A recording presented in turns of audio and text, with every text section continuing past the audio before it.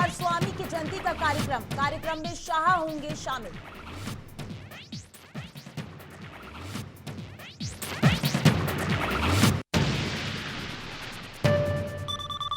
LPG cylinder के दाम में 250 रुपए का हुआ इजाफा, 2 महीने में 346 रुपए की बढ़ोतरी।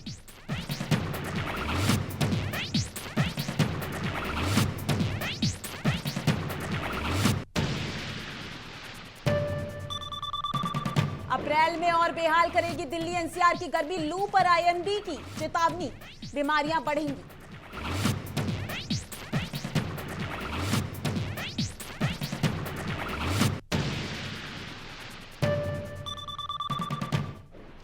दिल्ली मेरठ एक्सप्रेसवे पर आधुनिक टोल प्लाजा, आधुनिक सुविधाओं से लैस होगा टोल प्लाजा।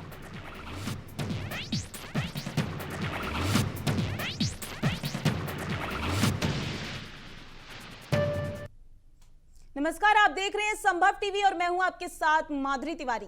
केंद्रीय गृह मंत्री अमित शाह 2 दिवसीय दौरे पर हैं, कर्नाटक दौरे पर हैं। कर्नाटक में अगले साल होने वाले विधानसभा चुनाव से पहले अमित शाह का दौरा अहम माना जा रहा है। शाह अपने दौरे पर गुरुवार रात बेंगलुरु के एयरपोर्ट पहुंचे। राज्य के सीएम बोम्मई और भाजपा प्रदेश अध्यक्ष नलीन कटील ने उनका स्वागत किया। अमित शाह शुक्रवार सुबह करीब 11 बजे सिद्ध गंगा मठ के महंत शिव कुमार स्वामी जी की 115वीं जयंती के अवसर पर आयोजित कार्यक्रम में शामिल होंगे। गृह मंत्रालय के अनुसार शाह दोपहर करीब 2:30 बजे साई ग्राम में 400 बेड के अस्पताल की सौगात भी देंगे।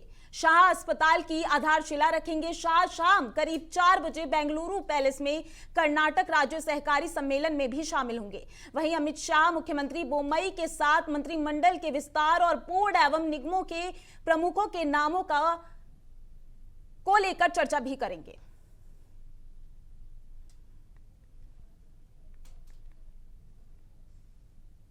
दिल्ली मेरठ एक्सप्रेसवे पर आधुनिक टोल सुविधाएं आज चालू कर दी गई हैं।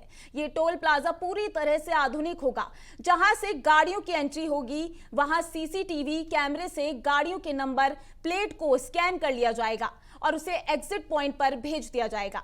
इससे सुविधा ये होगी कि यात्रियों ने जितने किलोमीटर तय किए होंगे उस हिसाब से शुल्क देना पड़ेगा।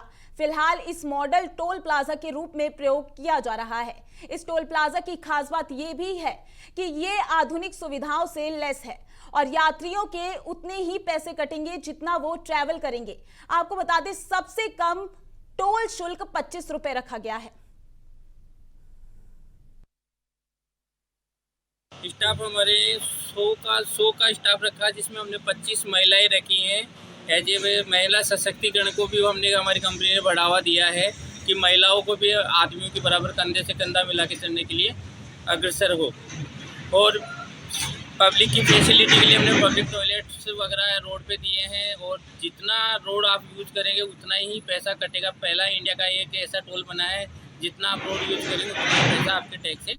दीपनगर थाना क्षेत्र इलाके के बीच बंद पर गांव में देर रात जमीनी विवाद में 2 गुटों के बीच गोलीबारी हुई, जिसमें मां बेटे को गोली लग गई। घटना के संबंध में जख्मी महिला शोभा देवी ने बताया कि होली के दिन 2 लोगों के बीच जमीनी विवाद हुआ था और दोनों के बीच मारपीट भी हुई थी और ये सिलसिला देर रात तक जारी रहा था। इसी दौरान शिव शंकर यादव नामक एक व्यक्ति ने ताबड़तोड़ गोलियां चलाना शुरू कर दिया, जिससे छत पर खड़े शोभा देवी और उसके पुत्र चंदन कुमार के पैर में गोली लग गई, जिससे मां बेटे दोनों गंभीर रूप से घायल हो गए। पुलिस कर्मियों और ग्रामीणों की मदद से मां बेटे को जख्मी हालत में बिहार शरीफ सदर अस्पताल में भर्ती कराया गया। मौके पर पहुंची पुलिस मामले की जांच में जुट गई है और आरोपियों की तलाश में जुट गई है।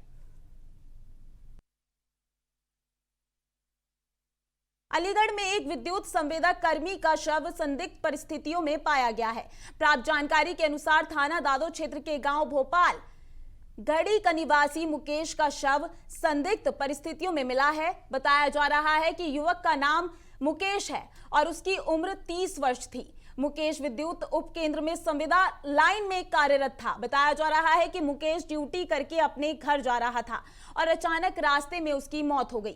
घटना की सूचना जैसे ही परिजनों को मिली तो परिजनों ने मौके पर पहुंचकर शव को थाने में ले जाकर काफी देर तक हंगामा किया।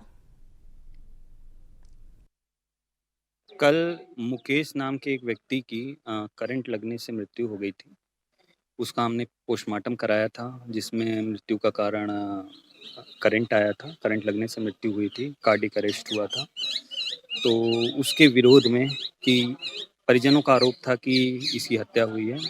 पुलिस मुकदमा लिख के जांच कर रही है। वीडियोग्राफी कर ली गई है, जो भी वैधानिक। हरियाणा के राज्यपाल बंडारू ने आज पंचकुला में भानु स्थित आईटीबीपी के प्राथमिक प्रशिक्षण केंद्र में आयोजित 40वीं अखिल भारतीय अश्वारोही चैंपियनशिप और पुलिस माउंटेन मीट 2021 से 22 के अवसर पर मौजूद होकर सभी को संबोधित किया।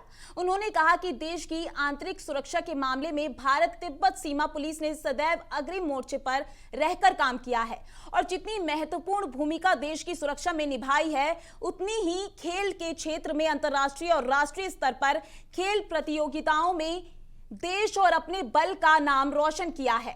आपको बता दें कि अखिल भारतीय अश्वारोही चैंपियनशिप में 18 टीमों के 600 से भी अधिक प्रतियोगी घुड़सवारी प्रतियोगिता में भाग ले रहे हैं। इसके साथ ही आईटीबीपी से 300 के लगभग घोड़े भी इस प्रतियोगिता में शामिल हैं।